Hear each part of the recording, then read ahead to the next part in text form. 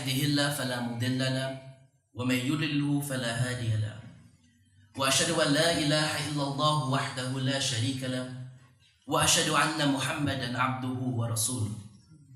اللهم صل على عبدك ورسولك محمد وعلى آله وأصحابه وسلم تسليما كثيرا. أما بعد، اتقوا الله رحمكم الله، إن الله هو الغفور الرحيم. فقد قال الله تعالى في كتاب العزيز وبعد أعوذ بالله من الشيطان الرجيم بسم الله الرحمن الرحيم وإذ قال ربك للملائكة إني جاعل في الأرض خليفة قالوا أتجعل فيها من يفسد فيها ويسفك الدماء ونحن نسبح بحمدك ونقدس لك قال إني أعلم ما لا تعلمون.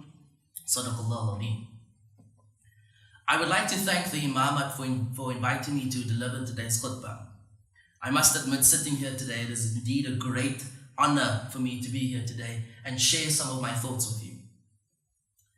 On Sunday, the 12th of June, I attended a friend's home for buka. It was probably my favorite part of the fasting day, and my phone really started to buzz up around this time. I saw messages of yet another shooting in the United States, and this time at a nightclub called Pulse. The obvious question that I had on my mind was, who did it? And later that evening, I found out he was a man from a Muslim family. My heart dramatically dropped. A member of my global Muslim community killed members of my global queer community.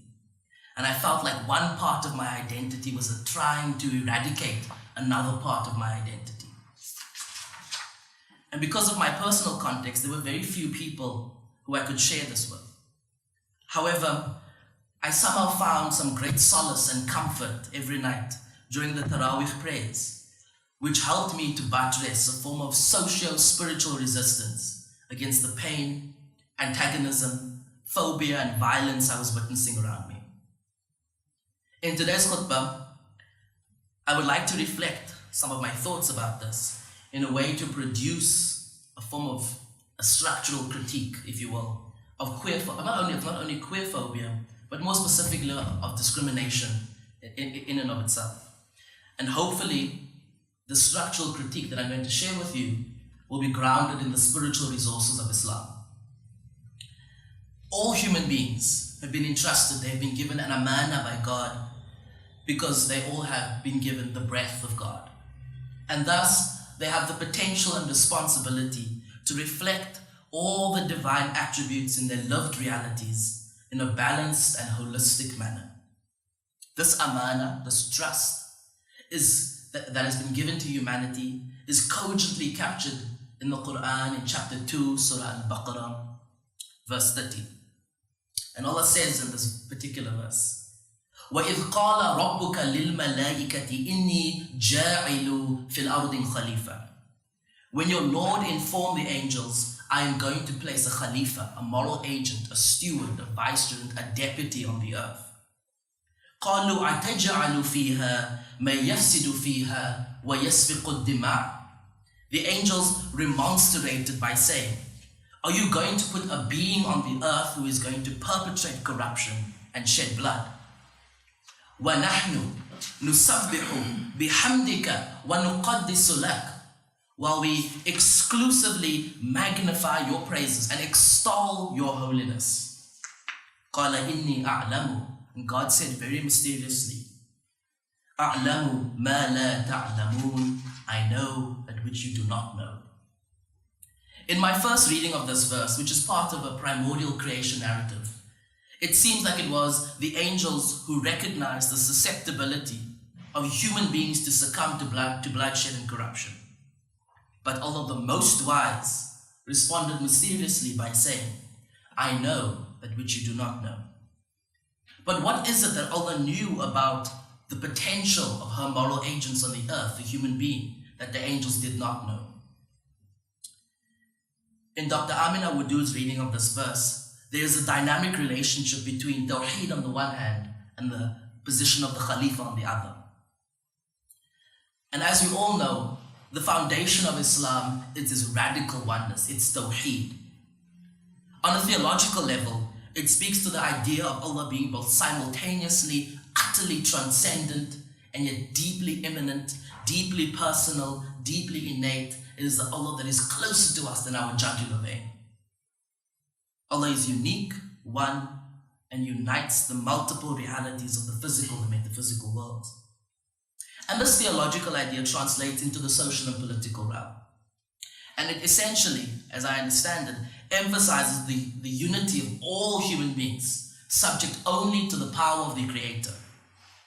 And because all of creation originates from the One, it is therefore a single community, ummatan wahida, without social cultural constructions of difference and distinction.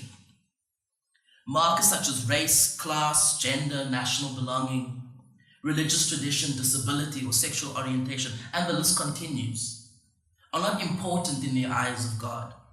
And the only distinction is on the basis of taqwa, this God or moral consciousness. The social political implications of Tawheed are radical. Tawheed sets up a trajectory for the organizing of human society, whereby all of creation are deeply interconnected, as it is a manifestation of the Divine One and on a process of return to the Divine One. Allah is therefore Akbar, and all human beings are equal in the presence of God. So if taqwa is key to correct human behavior, it is therefore of paramount importance in all of our encounters, as it acts as a supporting, filtering lens for both internal and external transactions. An absence of taqwa provides the potential for one to act in a moment of superiority and thereby mimic the original Iblisi logic. It is in this moment that the case of I am better than him because of X is reproduced, and it binds one to the primordial actions of Iblis, whereby his misplaced sense of power, majesty, and jalal resulted in a lack of closeness, a lack of receptivity to God. Here, Iblis only saw the archetypal human being with the one eye. Iblis saw the outer form made of dust, made of clay, made of the earth. Iblis did not see the inner universal ruh, or the potential of this genderless soul to become the Khalifa of God, the moral agent of God. In addition to the potential for mimicking Iblis's actions, the absence of taqwa and tawheed has social political implications that can lead to marginalization, othering, oppression, and injustice. Furthermore, I think the denial of the ruh of the individual in order to emphasize one's own superiority is a denial of the presence of God within that person, and therefore, again, a misplaced sense of jalal. The position of the Khalifa, I think, moves away from a discourse based on competing legal or fiqh claims. Rather, it uses universal or foundational ethical principles or positions to help produce a systemic transformation. Core values are quite beneficial in mainstream communal engagements, as it allows for an interaction that is not based on differences of interpretation, but rather on an embodiment of universal ethical values. While the fiqh, I think, is very important, I also think we need to simultaneously be strategic and pragmatic about our struggle. We need to both tackle the current problematics of many fiqh positions, which has been informed by a limited lived reality of presumably heterosexual cisgendered men, but also simultaneously disrupt the system that the fiqh is embedded in. Our disruptions of both hetero and homonormativity need to be strategic and impactful. In doing so, we are honoring the innate human dignity of all human beings, As Allah says in the glorious Quran in Surah Al-Isra, chapter 17, verse 70, وَلَقَدْ كَرَّمْنَا بَنِي آدَمَ. We have honored all of the children of Adam with an innate human dignity. Karamna. Human dignity thus implies the sacredness of the human being. And from this Quranic perspective, protecting the human dignity of all people should be the primary objective of human rights and social justice advocacy. The human dignity of someone is violated every time the person is subject to any form of discrimination, prejudice, exclusion, violence, oppression, or injustice. أقول قولي هذا أستغفر الله لي ولكم ولسائر المسلمين والمسلمات والمؤمنين والمؤمنات فاستغفروه إنه هو الغفور الرحيم. الحمد لله رب العالمين والصلاة والسلام على محمد وعلى آله وأصحابه وسلم تسليما كثيرا. In the second part of this Jummah khutbah, I would like to very briefly suggest 3 ways in which we can try and fully embody the position of a Khalifa in our own lived realities, in our own context. Inshallah, hopefully, this will give us a strategy of resistance to any form of violence or othering in our community. The first suggestion I would like to make is this idea of spiritual perseverance, or sabr. There's much despondency which abounds both within and outside the Muslim community. And I think it is the responsibility and duty of conscientious Muslims not to give in to fear and despair. We need to keep the lamp of hope alive within our communities. We need to always have a form of sabr, spiritual perseverance, which can feed the other facets of our lives. It is here that the Taraweeh prayers, for example, helped me to find some hope in the chaos of the past few weeks. It solidified my faith in the divine project of total liberation. And there are many Quranic passages that exhort Muslims to turn to Allah in hope in times of great difficulty. However, this sabr, the spiritual perseverance, is not sitting around and waiting for change. One needs to constantly and actively strive for this change. One needs to try again and again, because most probably we're all going to fail. And here, I'm given direction by another verse of the Quran in Surah Ra'd, chapter 13, verse 11. In this instructive verse, Allah the Sublime declares, إِنَّ اللَّهَ لَا يُغَيِّرُ مَا بِقَوْمٍ حَتَّى يُغَيِّرُوا مَا بِأَنفُسِهِمْ. Indeed, verily, God will not change the condition of a people as long as they do not change themselves. Social change, according to this Quranic verse, is not merely a result of objective structural conditions. Rather, it is informed by human beings actively doing something. In other words, social change requires the subjective factor. And that is the critical agency and the role of individuals who join together in collective action to seize the opportunities of the moment for radical social transformation. Join together in collective action to seize the opportunities of the moment for radical systemic social transformation.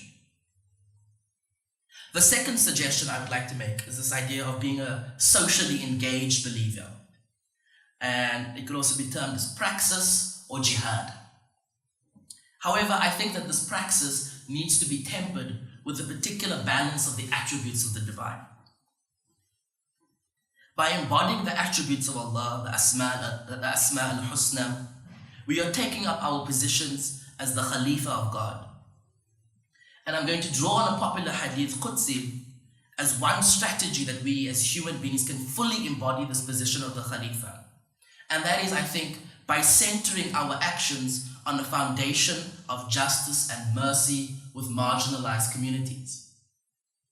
This hadith Qudsi states, God sends God's self down to us to stand in our place, so that when one of God's servants is hungry, God says to the others, I was hungry and you didn't feed me. And when one is thirsty, God says to her other servants, I was dying of thirst and you did not give me water. And when another says, I was sick, God says to the other servants, I was sick and you didn't attend to me.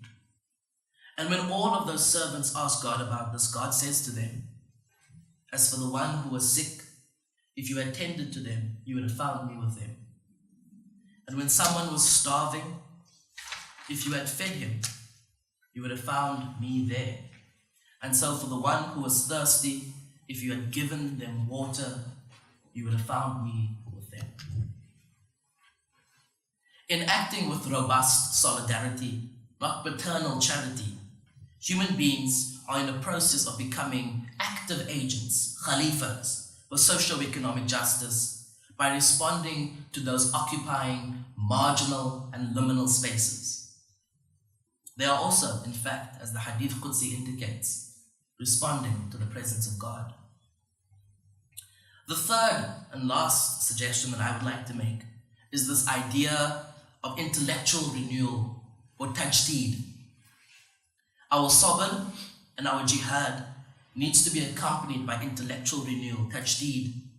And by incorporating this tajdeed in our strategies of becoming the Khalifa, we are holistically rising to the challenges that we face. Having critical reading and discussion groups are simple yet very effective ways of self and communal conscientization. And I would therefore like to recommend each and every one of us here today to attend these Khalaqas series and reading circles. And in doing so, we can collectively create solutions to our challenges. Here, reading texts that are produced by marginalized communities, by the subalternate, by the wretched of the earth in Fanon's language, are, I think, a very good way of understanding the experience of marginalized communities and how they are trying to envisage a new utopian space. My understandings of Khalifa, in conclusion, need to be sustained by three elements: mind, body, and spirit, or tajdeed, jihad, and sabr. And in doing so, we can fully embody the trust given to us by Allah. One of my favorite parts of the traditional Cape Town dhikr, which was developed we started to be practiced in the Cape during the 17th century, a period of intense colonial rule, and that's still practiced today every Thursday evening, is to recall the sufficiency of God for all human beings. TIC, I believe, has embraced this good tradition, this good innovation, and has performed the dhikr every Thursday night up until Ramadan. I don't know if you guys have started it again. And the recalling and contemplation of Allah's sufficiency, I think, is quite beneficial. Noting that Hasbunallah wa ni'mal wakeel, that God alone is sufficient for us, is of incredible importance for our socio-spiritual transformations and empowerment. During oppression and threats of violence, we need to be intensely aware of the power of God. Calling upon Allah for resolve is a way of allowing our inner strength to radiate outwards. At the sacred time of Jumu'ah, please join me in making the following prayer and dua. O Allah, you are the Lord of the oppressed. You are the source of justice and mercy emanates from thee. Help us, guide us, and make us worthy of being active agents for social justice. Heal us from the social malice that has penetrated our hearts, and truly make us worthy of being the Khalifatullah fil ard, the moral agents of God on the earth. We ask this in all of your beautiful names. رَبَّنَا آتِنَا فِي الدُّنْيَا حَسَنَةً وَفِي الْآخِرَةِ حَسَنَةً وَقِنَا عَذَابَ النَّارِ عِبَادَ اللَّهِ رحمكم الله إن الله يأمر بالعدل والإحسان وإيتاء ذي القربى وينهى عن الفحشاء والمنكر والبغي يعظكم لعلكم تذكرون وأقم الصلاة